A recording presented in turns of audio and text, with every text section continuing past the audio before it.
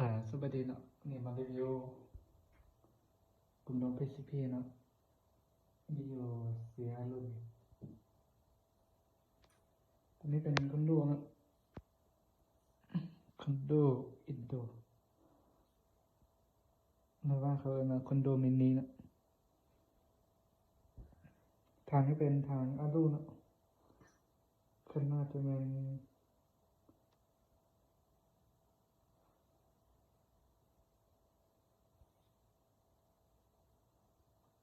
ตัวนี้เบนขนาดตัวนี้เป็นตัวถังยาวถังไปเป็นถังตัดเนาะกล้องเป็นกล้องที่เขาดีเนาะขนาดจะเป็น369x40 IP เนาะแล้วตัวนี้ตัวปรับเสียงเนาะ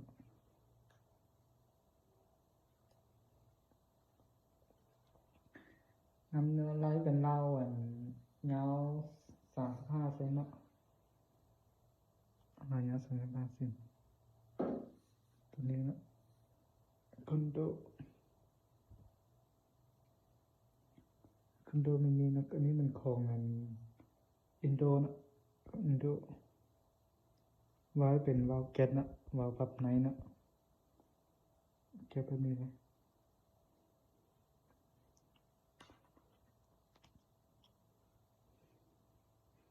ทางเป็นทางลูกเนาะทางลูก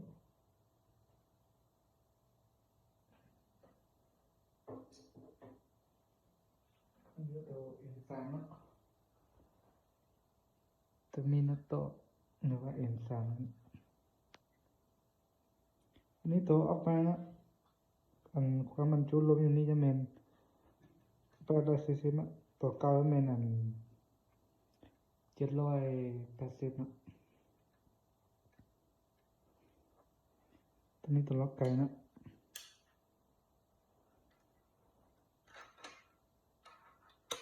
งานแบบนี้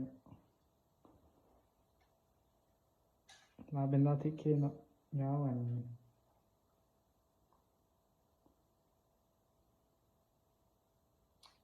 เนาะทางเป็นทางคาร์บอนขนาดจะเป็น0.51 กรัมนะหรือว่าเกือบ1 โลนะว่า1 โลนี่แหละวาล์วเป็นวาล์วแก๊สละวาล์วแบบไหนงานไม่มีตัวเทอร์มินาโตหรือว่าเอ็นซัมตัวรุ่นใหม่เนาะ2025นี่เลยแบบกล้องมันกล้องรุ่น BSA ละแต่งานมาเลยประกอบกล้องใส่เถอะแล้วนี่เก็บเสียงให้เป็นของ FX เก็บเสียงสีฟ้าตัวเบานะตัวนี้เก็บเสียงได้80%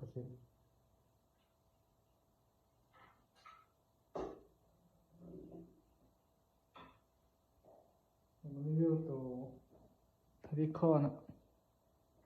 ทาริคอทางอันลูกครับกล้องดิคาบารี่เนาะก็เก็บเสียงสีฟ้ากันเนาะตัวนี้เบาเนาะ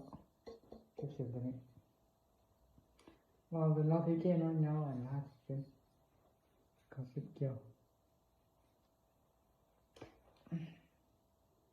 ทางนี้กันเนาะ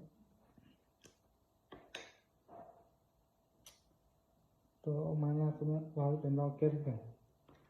ทางลูกเนาะแต่ว่าตัวนี้เป็นทางมันเนาะถ้าเอาเป็นทางคาร์บอนก็ได้นะครับก็มีแล้วก็เอาซิงเป็นของตาติโก้เนาะงานไม่มีเลย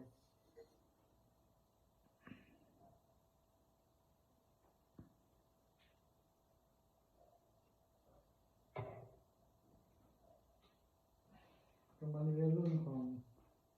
MC นะส่วนนี้เป็น MC นะวาล์วเป็นวาล์วปั๊บในวาล์วปั๊บนอกนะเอาตัววาล์วใหญ่นะถางไปทางลูกแล้วก็เก็บเสียงเป็นแบบนี้นะเก็บเสียงตัวออกใหม่หัวจะเป็นสีดำนะ ก็บเสียงตัวนี้ยังเบากว่ารุ่นเก่านะตัวนี้ยังเบากว่านิดนึงงั้นมันนะเข้าในสนใจติดต่อเนี่ย MC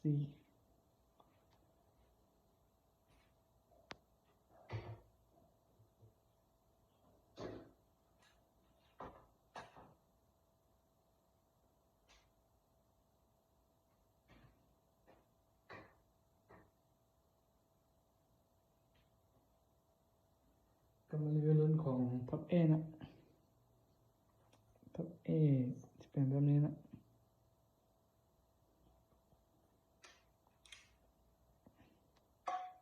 ตัวนี้พับไทยนี่มันจะสั้นนะ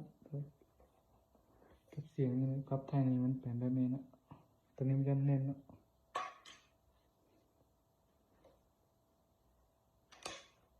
ตัวนี้มันจะเน้นนะมันยิงมันจะเบา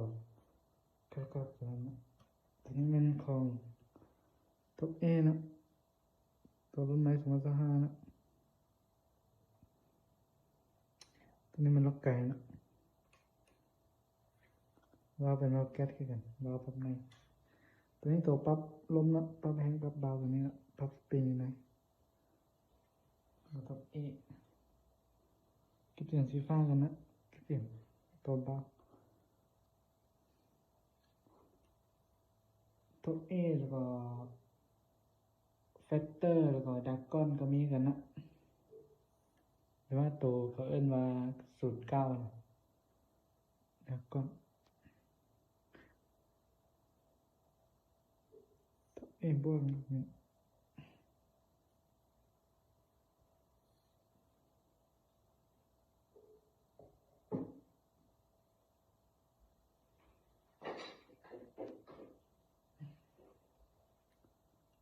ตัวนี้มันชุดยิงของK2นะตัวนี้บ่ได้ประกอบเลยแบบนี้นะK2เป็นประมาณนี้นะตัวนี้บ่ได้ประกอบนะแต่ว่าตัวทั้งหลังนั้นประกอบแล้วนะถ้าใครสนใจติดต่อได้นะติดต่อเบอร์หน้าโปรไฟล์